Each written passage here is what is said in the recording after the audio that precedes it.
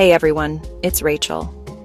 Let's talk about something that affects us all, our money and the hidden traps in our daily routines.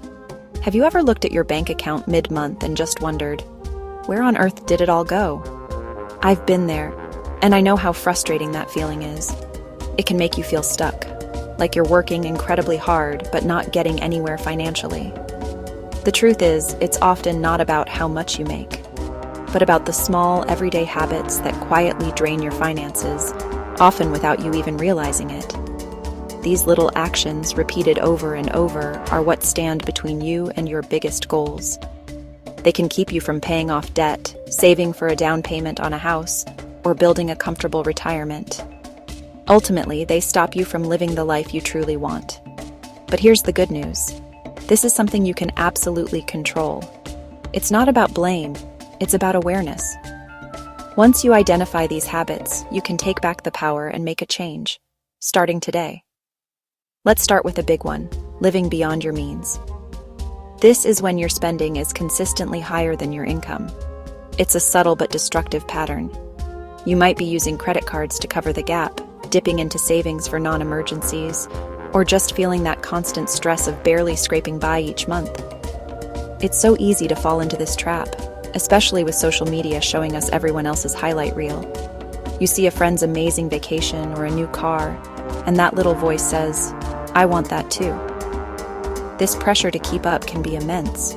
But this habit is so dangerous because it creates a relentless cycle of debt. The interest piles up, eating away at your future income, making it incredibly hard to break free and get ahead. You're always playing catch up, and you never have a chance to get ahead. The simple fix? Start tracking your spending. Just for 1 week, write down every single dollar you spend. You'll be amazed at what you find. Another habit we have to talk about is skipping the budget. I know, the B word can sound scary or restrictive, but a budget is not your enemy, it's your plan for success. It's you telling your money where to go instead of wondering where it went. When you don't have a budget, you're essentially flying blind. You might overspend on things that aren't important to you, like too many takeout meals, subscription services you forgot you had. This leaves no room for your actual goals, like saving for a down payment, getting out of debt. My tip is to try a zero-based budget. Every dollar has a name before the month begins. It gives you permission to spend, guilt-free, because you planned for it. The final habit in this section is a tough one, neglecting to save. So many people think they can't afford to save money.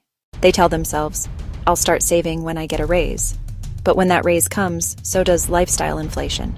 That extra money gets absorbed by a slightly nicer apartment or more frequent takeout. Or they say, "I'll save what's left over at the end of the month." But guess what?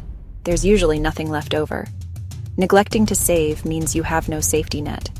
When an emergency happens, like a car repair or a medical bill, it instantly becomes a crisis. Without savings, you're forced to use high-interest credit cards, sending you deeper into a stressful cycle of debt. You have to make saving a priority, not an afterthought. This is called paying yourself first. The easiest way to start is to automate it.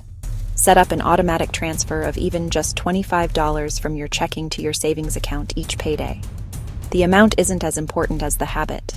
You'll be surprised how quickly it adds up. Let's dive into a habit that gets us all from time to time. Impulse buying. You know what I'm talking about. It's that little dopamine hit from a spontaneous purchase.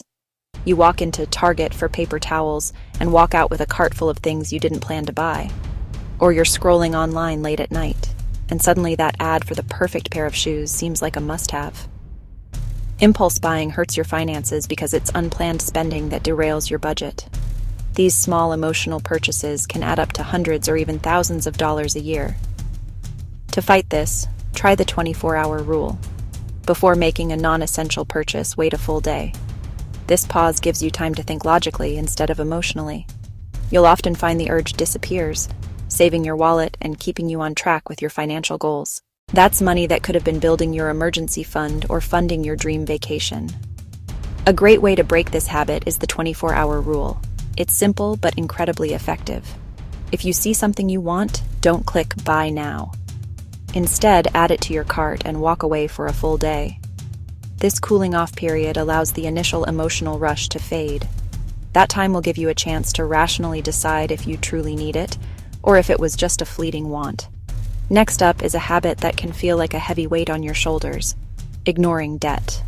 When you have student loans, credit card balances, car payments, it can be so overwhelming that it feels easier to just not think about it.